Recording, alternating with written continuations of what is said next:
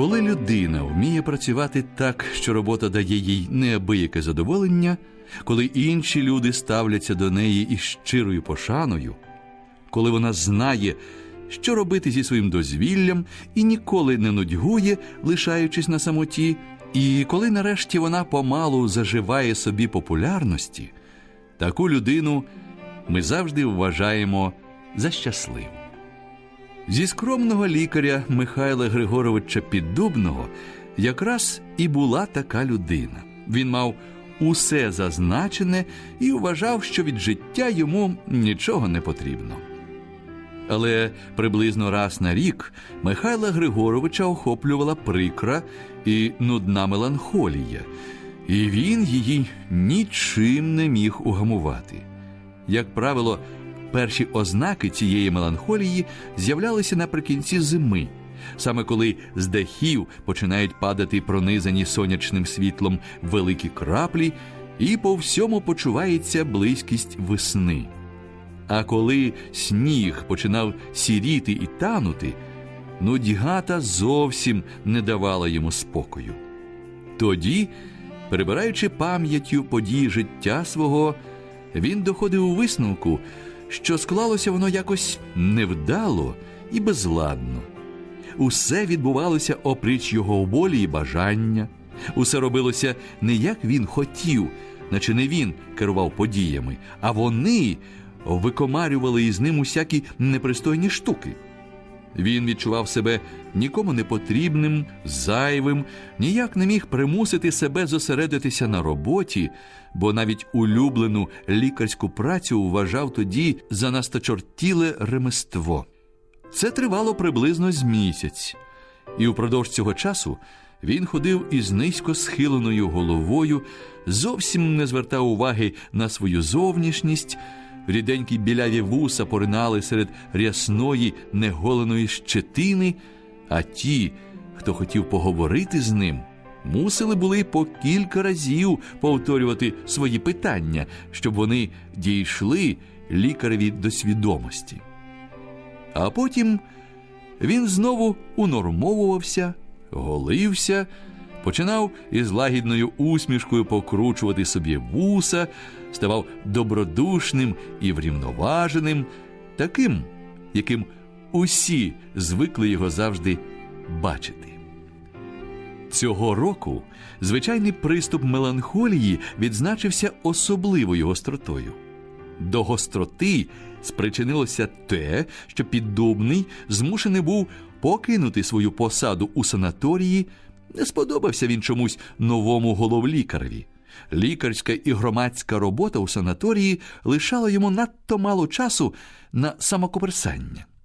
Тепер же, коли довелося переселитися до Харкова і жити, відвідуючи біржу праці та перебуваючи зовсім мізерною приватною практикою, вільного часу, що його нікуди було діти, він мав занадто багато.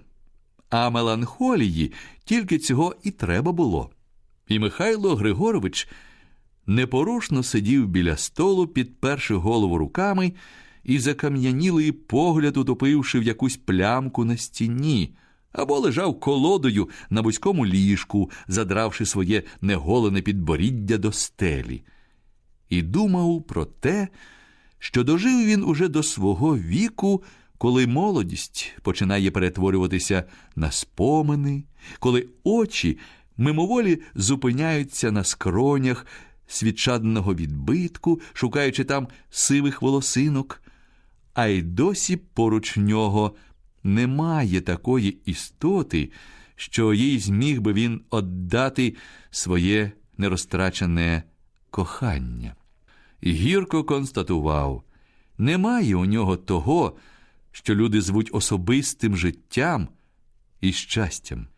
І кінець кінцем додумався до того, що мало не щоночі довго крутився на ліжку, даремно силкуючись заснути. Траплялося навіть і так, що він аж до світанку пролежував із розплющеними очима. Підходячи ранком після таких ночей до свічада, Михайло Григорович сумно помічав, що щоки йому сірі, очі червоні, а навколо них зібралася тьма тьмуща дрібних, але глибоких зморщок. Та усе це було б іще нічого, коли б не почала отими ночами з'являтися думка про те, що не так вже й важко натерти милом міцного мотузка або виписати рецепта на морфій. І, користаючись із нічної пітьми та його самотності, думка ця ставала чимраз гостріша і настирливіша, набирала якоїсь химерної принадливості. Зате при денному світлі Піддубний, пригадуючи свої нічні марення, жахався до холоду у спині. Хай меланхолія, хай життя не дало йому ніякого щастя, жити все ж таки хочеться. Крім того, як лікар, він знав, думки ці надзвичайно симптоматичні. Вони свідчать, що його меланхолія почала уже набирати патологічних форм.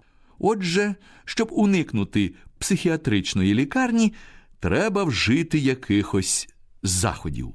І бідолашний Михайло Григорович поклав лягати у ліжко лише так виснаживши себе, щоб засинати, тільки голова торкнеться подушки. Він почав щовечора виходити із дому і мало не до півночі блукати нелюдними вулицями. І справді, це йому допомогло. За його комплектації він досить скоро почував себе приємно утомленим, а після кількох гулянок із радістю помітив, що ритм його швидкої ходи мимоволі вишиковує йому думки на бадьоріший лад. І через це йому дуже сподобався цей новий вид розваги. А втім, меланхолія вже і тепер, хоч і помалу, а все ж таки зникала. Для перших своїх прогулянок Піддубний вибирав найпустельніші вулиці міських околиць, такі, де нічиї цікаві очі не зупинилися б на ньому.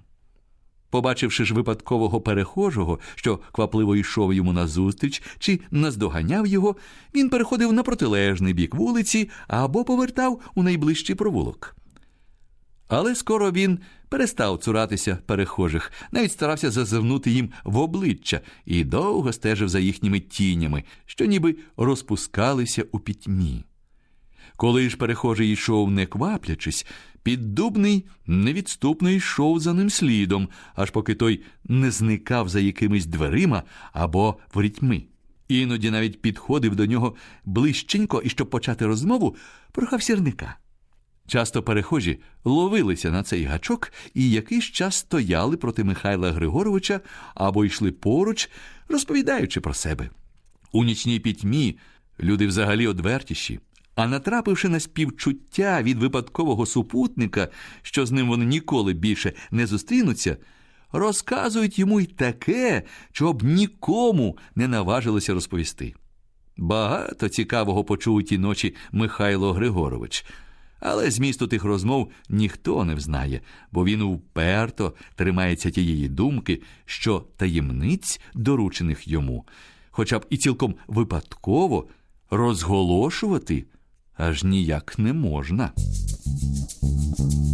Однієї такої ночі Михайло Григорович потрапив на Іванівку. Поволі брів вузенькими погано освітленими вулицями, стиснутими з обох боків присадкуватими будинками і високими дерев'яними парканами.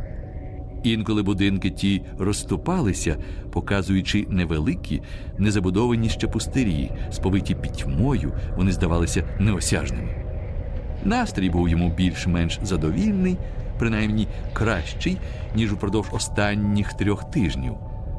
Він навіть поголився сьогодні, і щоки із приємністю відчували дотики легкого, хоча і морозного, але все ж таки передвесняного вітру.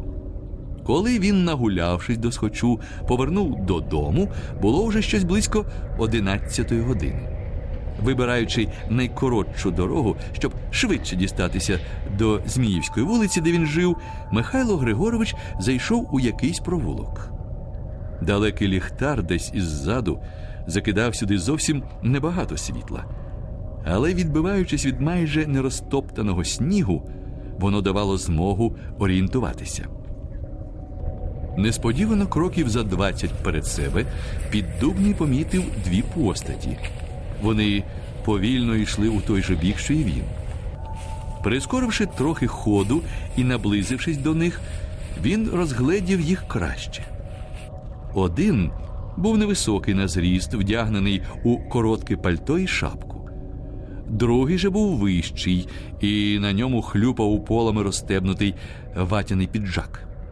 Неважко було помітити, що він був трохи на підпитку, бо ступав нетвердо і раз по раз спирався на свого супутника. Крім того, він кричав на усю вулицю, намагаючись щось довести, а руки йому розмахувалися, мов млинові крила.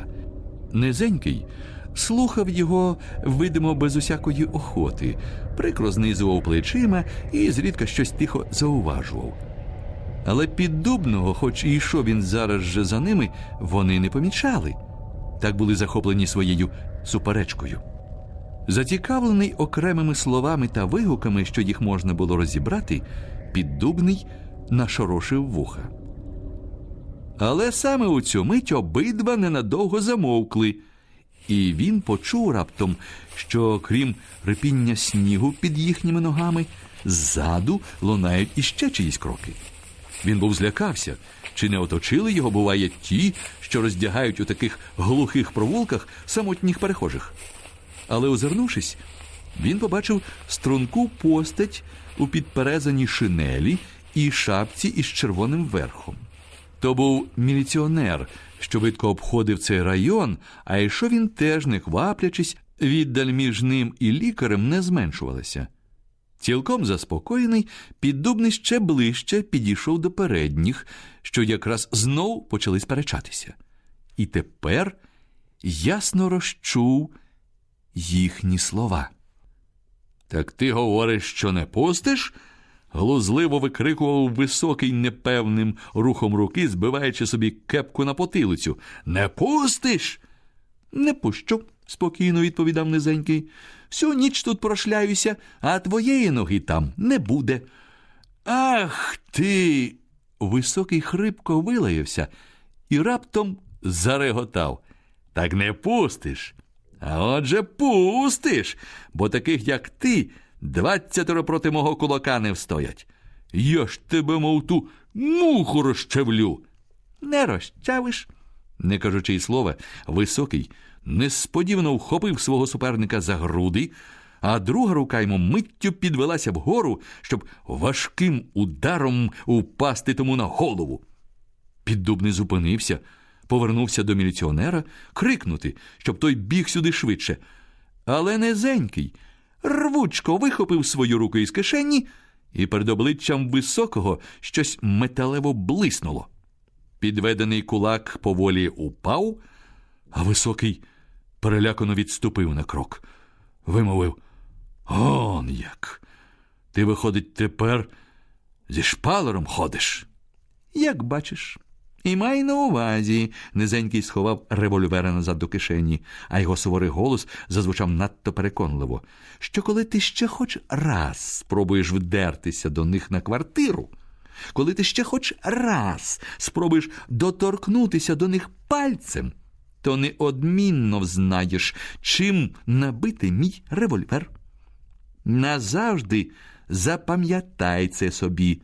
А тепер геть звідси. І щоб духом твоїм у цьому провулку ніколи не пахло». «Он, як знову сказав високий. Тоді давай щиро поговоримо».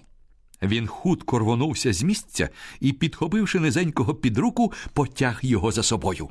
«Стій!» – спробував був запротестувати той. «Куди ж ти йдеш? Адже твоя домівка зовсім не там. А поговорити ми з тобою встигнемо і потім». «Та невже ж не можна мені?» – вже жалібно захникав високий, іще раз пройти під її вікнами. «Один тільки раз, на останнє. Адже піду я звідси зараз і ніколи більше її не побачу». «От ідіот п'яний!» – знизав плечима низенький. «Все ж одно ти її сьогодні не побачиш». Але пішов за ним. Хвилину Вони йшли мовчки і швидко. Віддаль між ними Піддубним, що не відважився й собі наддати ходи, трохи збільшилася. Все ж таки він досить гарно бачив їхні постаті. Високий щільно притиснувся до низенького, всією вагою свого дебелого тіла спираючись на нього. І дивно було, що низенький наче не відчував цієї ваги, пішов рівно. Раптом сталося щось несподіване. Через пітьму Піддубний не враз зрозумів, що саме. Помітив лише, що рука високого рвучко підкинулася вгору, потім коротко і глухо пролунав звук важкого удару. Низенький поволі хитнувся, розкинув руки, намагаючись за щось ухопитися, але другий удар зовсім звалив його на землю. Чути було, як під ним затріщав лід. Високий схилився до нього. На одну мить його постать злилася із нерухомою постаттю на землі. Потому він хутко випростався, хапливо озирнувся навкруги себе, побачив Піддубного, що стояв поблизу, притиснувши руки до грудей, перелякано скрикнув і метнувся через вулицю. За мить його зігнута постать зникла у чорній тіні двоповерхового будинку, що стояв якраз навпроти. А ще за мить ущухло й рипіння снігу під його ногами. Піддубний стямився лише тоді, як чиясь рука плеснула його по спині, а над вухом голосно прозвучало питання: «Що тут таке трапилося? І куди побіг отой другий?» Це був міліціонер. Підійшовши до скам'янілого лікаря, він зупинився, намагаючись розгледіти постать із безсило розкинутими руками, що чорніла на снігу за кілька кроків од них. Не відповідаючи йому, Піддубний прожогом рвонувся до лежачого, щоб схилитися над ним і похапцем обмацати його нерухоме тіло. Воно не було мертве. Несподівані, але влучні удари п'яного лише відібрали йому свідомість. Знявши йому із голови шапку, лікар зачерпнув пригорщою замерзлого снігу і почав розтирати непритомному скроні та чоло. Міліціонер, що теж підійшов ближче, освітлив лежачого кишеньковим електричним ліхтариком. Це була молода людина, років 28-29, з блідим лицем, і блідістю відтіняло густе чорне волосся та коротко підстрижені вусики. Його можна було вважати за вродливого, якби невеликий кривавий синець під лівим оком. Сюди, видно, влучили обидва удари того, що втік. Пальто на ньому було недороге, краватка, що виглядала з-за коміра, бавовняна, але з усього видно було, що він охайно ставиться до своєї зовнішності. Хвилини за дві він розтулив губи і хапнув повітря. Потому поволі розплющив очі і нісенітно вирячився на біле сліпуче світло. Ще півхвилини пролежав, не рухаючись, не міг усвідомити, що це з ним таке сталося. Нарешті погляд йому став розумніший. Він рвонувся сісти, але лице перекривилося від нестерпного болю, і він, тихо застогнавши, знову упав на сніг. Піддубний і міліціонер обережно допомогли чоловікові підвестися. Світло ліхтарика вихопило з пітьми ворота із широкою лавкою біля них. Підтримуючи його під руки, вони підвели побитого до неї і примусили сісти. «Старайтеся кілька хвилин не ворушити головою», – порадив йому лікар. «Посидьте спокійно, а коли біль трохи вщухне, я допоможу вам дійти до вашої домівки». Побитий слухняно сперся спиною на паркан і посидів трохи з заплющеними очима, обережно розтираючи собі рукою синця. Піддубний сів поруч нього і, витерши мокрі руки об пальто, спробував закрутити собі вуса. Міліціонер лишився стояти, од нетерплячки і зацікавленості переступаючи з ноги на ногу. Нарешті він не утерпів і спитав: «Ви хто такий, громадянине? І хто це вас так понівечив? За що?» Побитий відповів не одразу. Він напіврозплющив очі і довго дивився на міліціонера, наче його запитання було зовсім незрозуміле. Потім неголосно спитав і собі: «Ви хочете перевірити мої документи?» «Та ні», – усміхнувся міліціонер і погасив свого ліхтарика. «Просто я хочу дізнатися, що саме сталося між вами і тим, що утік. Повинен же я доповісти кому слід про цей випадок. Так от мені потрібно узнати, просто бійка тут сталася, чи він вас зовсім хотів вбити?» «Я не знаю. Можливо, що й зовсім. Він має на це усі підстави. А коли він п'яний, так від нього всього можна сподіватися. Ну, а хто ж він такий? І що ви за людина?» Розпорошене світло далекого ліхтаря не давало їм змоги бачити вираз обличчя один одного. А міліціонерового лиця і зовсім не було видно. Він стояв спиною до світла. І Михайло Григорович міг лише здогадуватися, що міліціонер, не відриваючись, дивиться на побитого, а той кривиться чи то від болю, чи то від надокучливих запитань. «Я працюю за інкасатора у ХЦРК», – по паузі вже трохи прикро відповів побитий. «А прізвище моє Реут. Той же, що підбив мені оце око, безробітний. Гнат Сабанюк на ім'я». «Ну, а чому ж він так накинувся на вас?» Реут знизав плечима і знов заплющився. «Довго розказувати», – зовсім тихо прошепотів він. «Та й навіщо?» Одну хвилину всі мовчали. Шарпаючи собі вуса, Піддубний раптом почув, що невідомо звідки на вулицю виривається якийсь шум. Йому здалося навіть, що хтось десь далеко гупає кулаком у двері, заглушуючи цим чиїсь стогонливі голоси. Озирнувся. Але провулок був зовсім пустельний. І він вирішив, що цей шум долітає з іншої вулиці. Тим паче, що інші зовсім не звернули на нього уваги. Кожний із них був цілком захоплений своїм.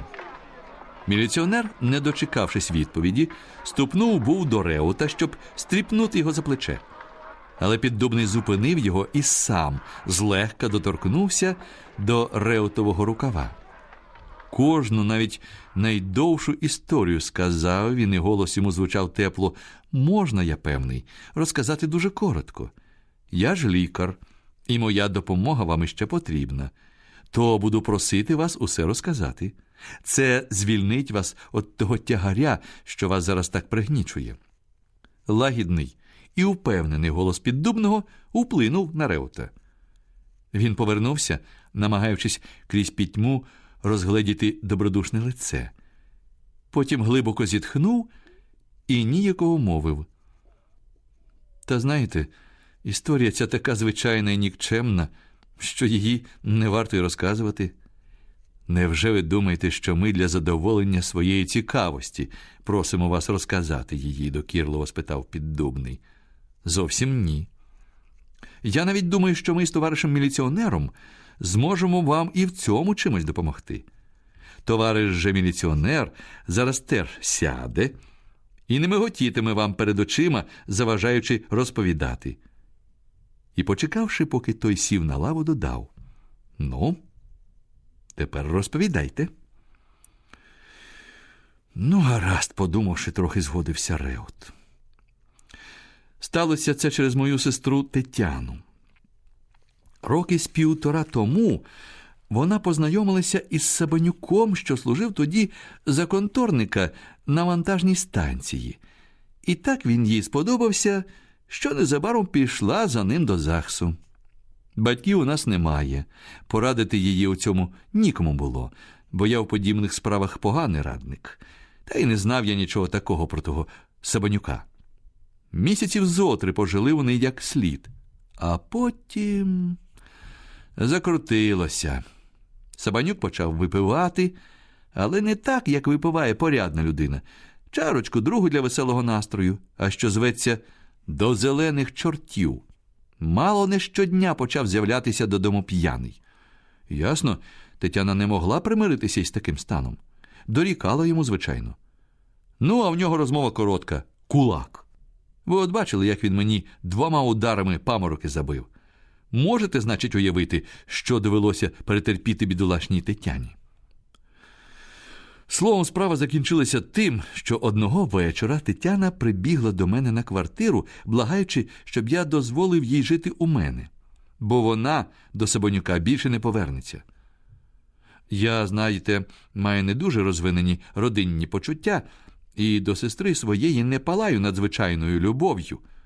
Коли вона до того скаржилася на Сабанюка, я досить жорстко говорив їй навіть, що вона сама собі добирала чоловіка. Нічого, мовляв, скидати усе на нещасну жіночу долю.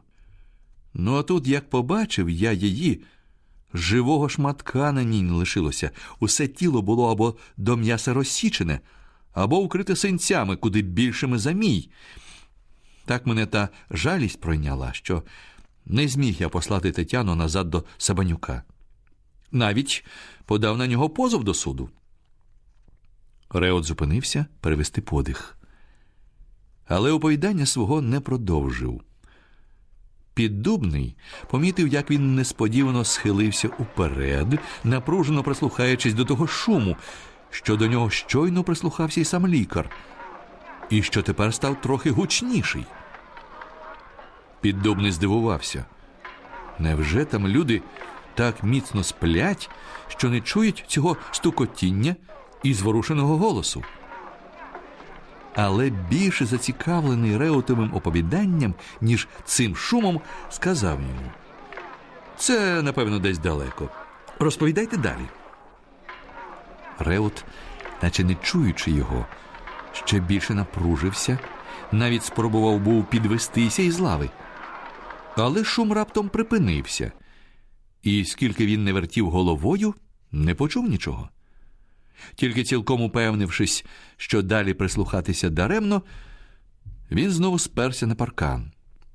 А коли заговорив, голос його був все ж таки стурбований.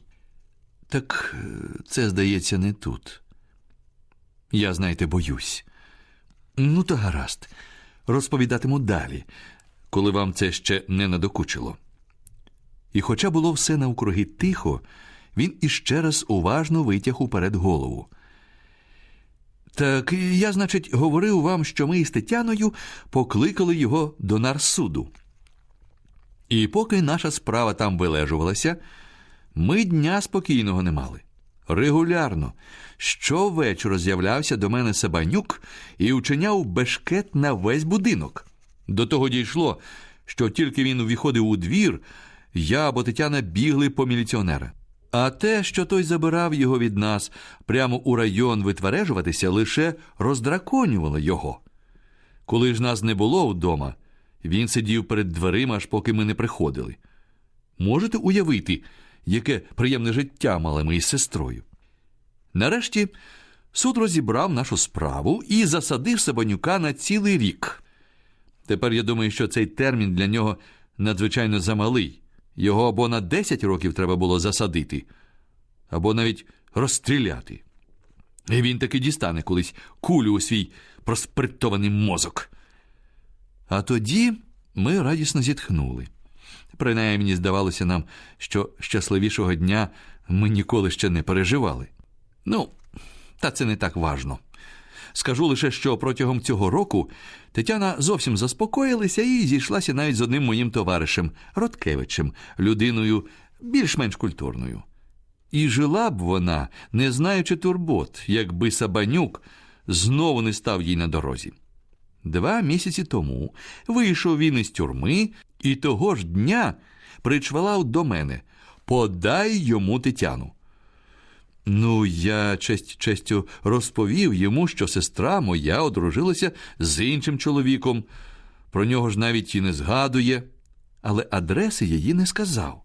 Видно ж було, що він знов почне свої штучки викомарювати. Знов все життя їй попсує. І з тим він і пішов від мене, заприсягнувшись, що Тетяну він все одно навіть з-під землі вириє і таки примусить її жити із собою. Сьогодні оце був я у Родкевича і Тетяни в гостях, і вони мені розповіли, що Сабанюк тижнів з 1,5 тому таки дізнався про їхню адресу і щодня приходить. Тільки з Родкевичем йому на такі штучки, як зі мною, не пощастило. Родкевич не слабший за нього. Одного разу він примусив його перелічити усі сходинки поміж другим поверхом і першим. Крім того, він іноді бавиться на полюванні і має дубельтівку. Нею він, звичайно, і впроваджує Сабанюка. Так що Родкевич і Тетяна не дуже його бояться. Звісно, неприємно. Але що ж його тут поробиш? Надіюся все ж таки, що він незабаром покине цю справу. Посидів я у них, а коли вийшов, зустрівся несподівано із Сабанюком, що, видимо, вирішив свої візити перенести вже на ніч.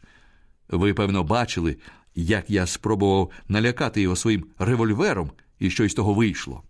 Одного я боюсь. Як би тепер мій револьвер не перелякав його на смерть.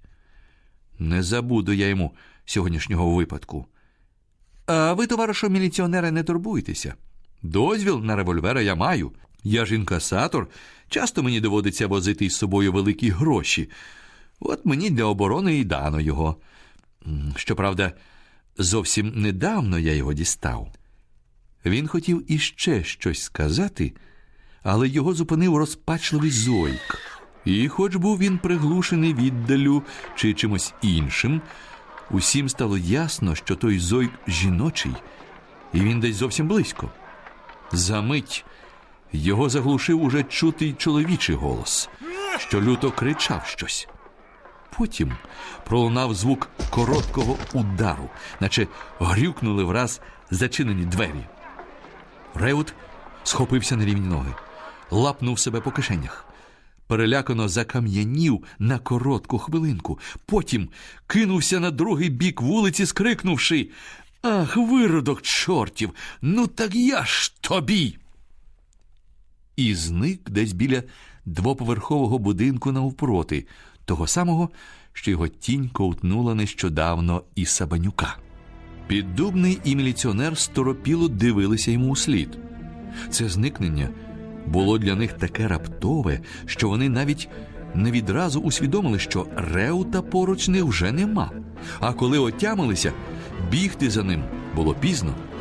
Нерухомо сиділи, безглуздо оглядаючи то один одного, то зовсім порожній і сонний провулок. Міліціонер промимрив якусь лайку собі під ніс. Піддубному ж рука сама собою підвелася до вусів, щоб нервово їх поскубти. Але рука та враз йому упала, коли до них раптом долинув зворушений голос Реутів. І дивно, звучав він так само приглушено і здалеку, як і ті голоси, що Піддубний чув їх раніше. А Реут за цей час міг пробігти не більш як кроків з 150. Піддубний не утримав задоволеного усміху, зрозумівши, що весь цей шум розноситься з того ж таки двоповерхового будинку на протилежному боці провулка. Пробившись через його товсті цегельні мури, шум той здається приглушеним і далеким. Він похапцем підвівся і собі схопився із лави, пориваючись бігти до будинку. Здається, нам таки доведеться взяти активнішу участь у продовженні Реутової історії, що відбувається зараз навпроти. Думаю, що ваша присутність, пане міліціонер, нам потрібна неодмінно. Вони хутко пішли через вулицю. Та не встигли дійти до середини, як сонну тишу провулка розірвав гучний постріл. Його тріскотливий відгомін шалено заметався між низенькими будинками і парканами, ніби якийсь казковий велетень одним махом переламав товсту в'язку хмизу. І міліціонер, і Піддубний, перелякані таким жахливим закінченням почутої щойно історії, бігма рвонулися до дверей темного будинку. І саме у той момент, коли вони вдерлися всередину, їх оглушив другий постріл. Зараз же після нього жіночий голос на горі жахливо і отчайдушно зойкнув. Але зойк той не заглушив звуку падіння чогось важкого тіла. Міліціонер вихопив із кобури револьвера і, мов підштовхнутий, побіг східцями нагору. Те ж саме хотів зробити і Піддубний, але, не розрахувавши у пітьмі своїх рухів і не намацавши ураз поручнів, перечепився об сходинку і упав, боляче вдарившись рукою. Підводячись, він почув, як поруч щось гучно брязнуло. Але, не звернувши на це через біль і квапливість уваги, хутко побіг нагору. Верхній майданчик сходів був досить ясно освітлений електричним міліціонеровим ліхтариком і розсіяним світлом лампи, що вибивалося із розчинених дверей. Можна було розгледіти 4 постаті, що стояли тут, закам'янівши у неприродних химерних позах. Міліціонер нащось тримав свого ліхтарика над головою, другою ж рукою стиснув державно нагана, що його дуло дрібно тремтіло, то підводячись угору, то зупиняючись на комусь із присутніх. Спиною до нього, трохи ближче до дверей, стояв Реут, заклавши руки у кишені пальта, і такий був йому вигляд, наче тут нічого не сталося, а він просто зупинився, чекаючи, поки перед ним розчиняться двері. Але, придивившись уважніше, Піддубний помітив, що лице йому біле, мов папір, від чого синець під оком став ще чорнішим і моторошнішим, а очі, широко розплющені, засклянілі, непорушно втопилися в обличчя того, що стояв проти нього біля дверей, усією вагою спираючись на дубельтівку. Піддубний догадався, що це Роткевич. Він був напіводягнений, волосся йому було скуйовджене, а на босих ногах виблискували нові калоші. І Реутові він відповідав таким же засклянілим і нерухомим поглядом. Не було тільки на обличчі йому замерзлого покою, як у Реута, а було воно перекошене від жаху. Дихав він важко, ніби щось стискало йому горло. Поруч стояла жінка, притиснувшись до дверей спиною і з розщепиреними руками. Вона теж була вдягнена похапцем. Одразу можна було впізнати у ній Реутову сестру. Така вона була схожа із ним, тільки риси лиця були тонші і красивіші. Між ними та Реутом на підлозі боком лежав Сабанюк. Світло ліхтарика падало йому просто на голову, вимальовуючи одутлувате, давно неголене обличчя. На скроні йому була кругла чорна плямка, і з неї витікала тоненька червона цівка, заливаючи розплющене око. Навколо рани шкіра була трохи обпечена і укрита сірою осугою. Значить, постріл, що припинив Сабанюкові життя, прозвучав йому над самим вухом, обпаливши його своїм огнем. Лежав він упоперек площадки, так що треба було переступити через нього, щоб підійти до дверей. Ноги йому широко розкинулись, ліва рука підвернулася під нього, а права застрягла у ґратах поруччів.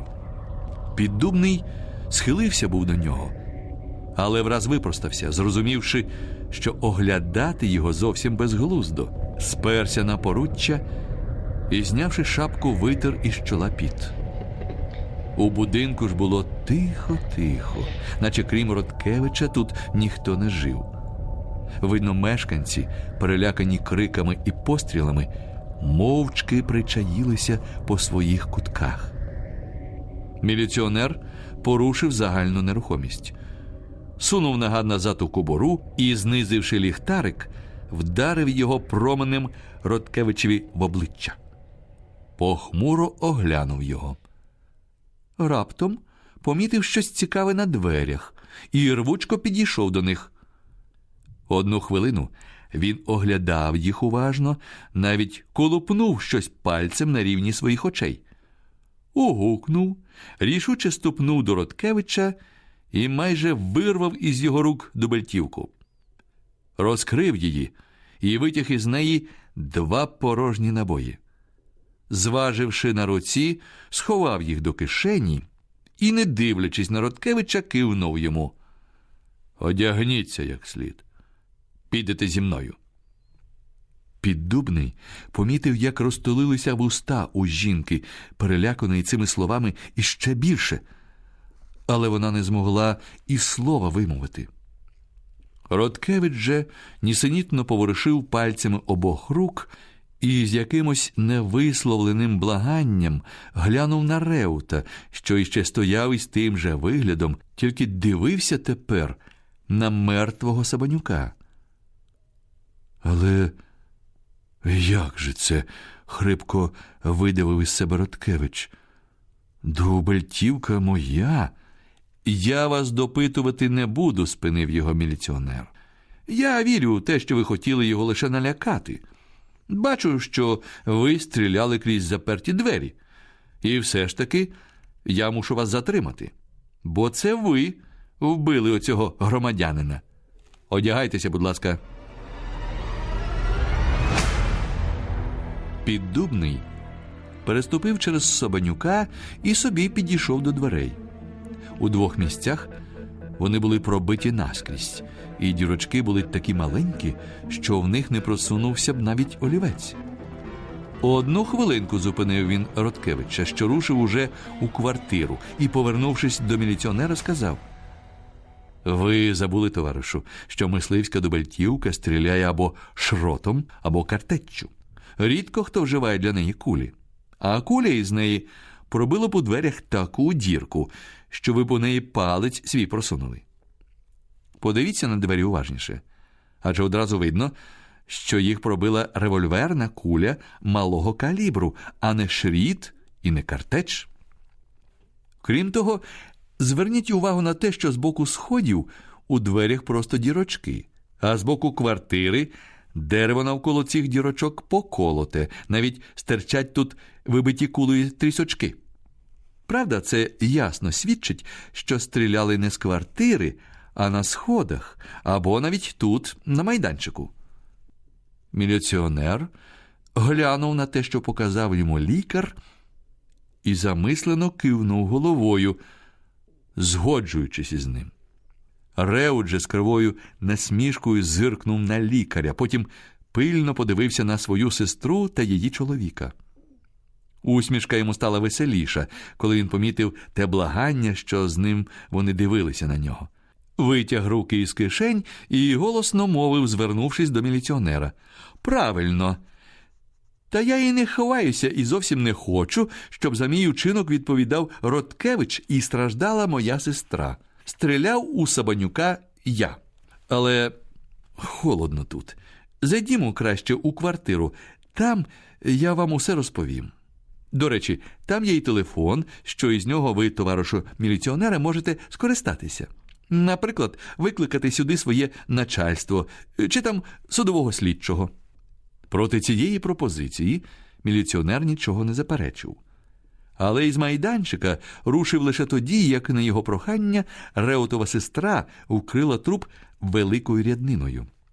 За півхвилини всі вони увійшли до кімнати, де на куценькому письмовому столі виблискував своїм чорним лаком телефон. Міліціонер сів ближче до нього і повернувся до Реута. Той стояв серед кімнати, покручуючи гудзик свого пальта. Ще раз пильно подивився на своїх родичів і глухо заговорив: «Я ж казав вам, що вб'ю Сабанюка. От воно так і сталося. Перший раз промахнувся. Темно було, я його не бачив. Стріляв, стоячи на повороті сходів. Другим пострілом — оце й усе. А за що вбив, знаєте». «Так», – промовив міліціонер, і рука йому потяглася до телефонної рурки. Але на півдорозі вона зупинилася. У кімнаті раптом зазвучав іронічний сміх. Сміявся Піддубний, откинувшись на спинку стільця і веселими очима поглядаючи на Реута. І це було так дивно, що всі вп'ялися лікареві у його кругле лице. Висміявшись, він повернувся до міліціонера. «Ви робіть своє діло, товаришу, дзвоніть. Але дозвольте мені дещо спитати у Реута». Не чекаючи на міліціонерову відповідь, він підвівся, підійшов до Реута, і охоронно поклав йому руку на плече. «Ну та як же ви недотепно брешете», – сказав він, усміхаючись. «Але це можна вам дарувати, адже ви зовсім не мали часу, щоб як слід обдумати свою брехню». Реут підвів на нього очі, що в їхній глибині сховався несподіваний жах, але спитав здивовано: «Брехню? Я брешу?» «Ну так, брешете», – переконано підтвердив Піддубний. «А втім, єдиний доказ, що ви його маєте, доказ проти мого твердження – це ваш револьвер. Будь ласка, покажіть його». Присутні здивовано дивилися на дві постаті, що стояли серед кімнати, розмовляючи про щось незрозуміле. І здивування їм іще збільшилося, коли вони побачили, що Реут не поліз до себе просто у кишеню, а з несподіваною і надто підкресленою стурбованістю облапав собі пальто, потім розстібнувся, щоб так само обмацати кишені свого костюма. Потому, стараючись ні на кого не дивитися, знизав плечима і обличчя своє зробив надзвичайно здивованим.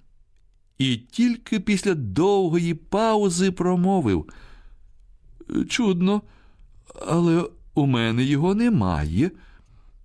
Я зовсім не пам'ятаю, куди саме я його подів». «Ну ось, бачите, який ви недотепний», – розсміявся Піддубний. «Ви прекрасно знаєте, що нікуди його не дівали, але знаєте, куди він у вас дівся. Єдине, що може бути для вас дивним, є те, що ви не побачили його там, де думали побачити, на підлозі, біля Сабанюка. Ну, та я зараз поверну вам ваш револьвер. Товаришу міліціонере, дайте мені на кілька хвилин вашого ліхтарика». Міліціонер, не розуміючи, закліпав, але простяг йому ліхтарик, не сказавши ні слова.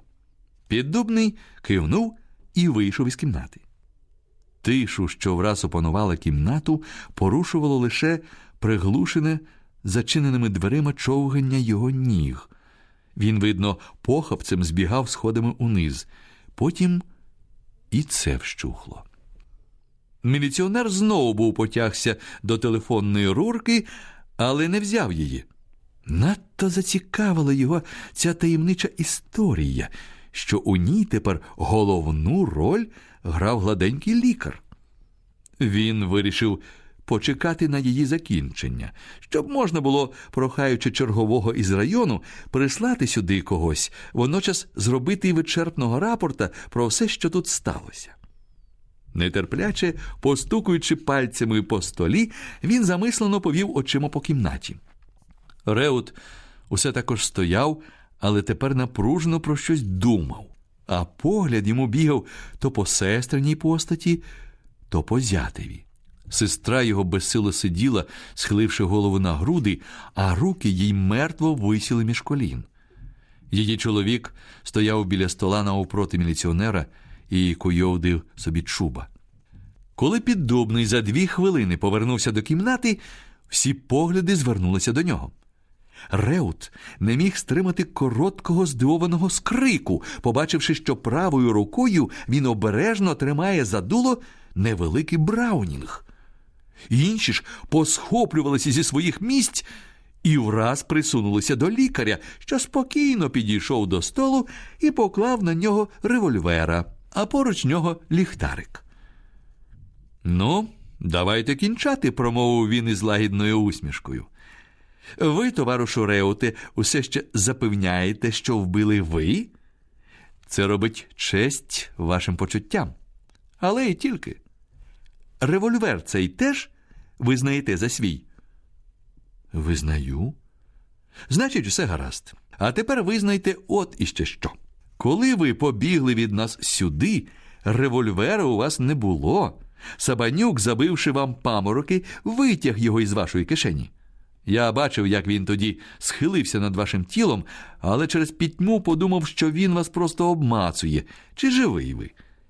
Те, що револьвера у вас немає, ви виявили, коли ми сиділи на лавці. Почувши зойк сестри і голос Сабанюка, ви лапнули себе за кишені, зрозуміли, що Сабанюк украв його, і метнулися сюди, щоб перешкодити йому вжити того револьвера. Так це було чи ні? Так, хитнув головою Реут, але дозвольте мені продовжити, спинив його Піддубний. Неважко зміркувати, що сталося далі. Біжучи сходами, ви крикнули Сабанюкові, щоб він повернув вам украдене. Він же вам відповів на це, що пристрелить вас, тільки ви підведетеся до нього. Ви перелякалися цієї погрози і зупинилися на повороті сходів. І стояли там, аж поки Сабанюк не впав. Ось бачите, як легко викрити першу вашу побрехеньку про те, що ви ніби не знали, куди запроторили свій револьвер.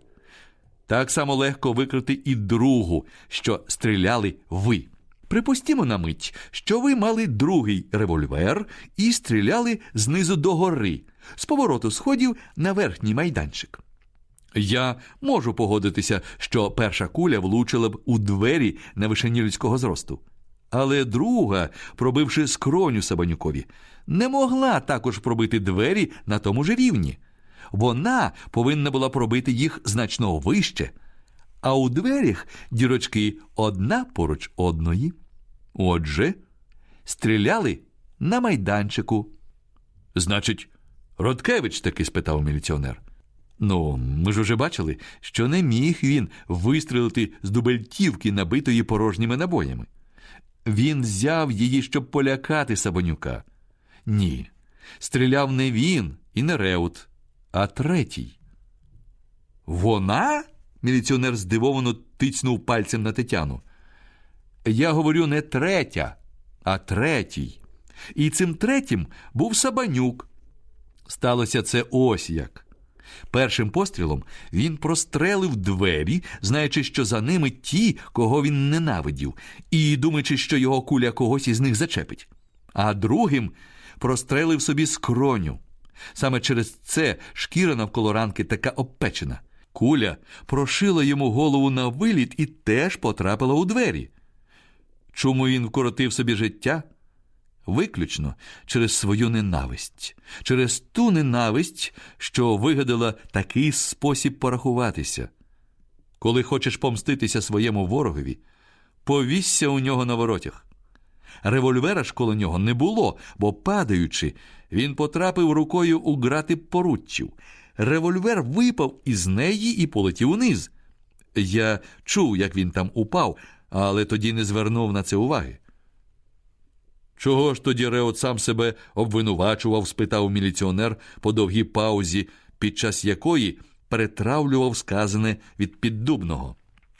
Я ж вже говорив, що це робить честь його почуттям. Він був переконаний, що стріляли або Роткевич, або Тетяна, хоч і було усім нам ясно, що вони не могли цього зробити. Бувають такі психологічні заскоки, коли людина невідомо чому боїться, що близькі можуть бути покарані, незважаючи ні на що. Щоб позбавити їх цієї кари, вона і обвинувачує себе.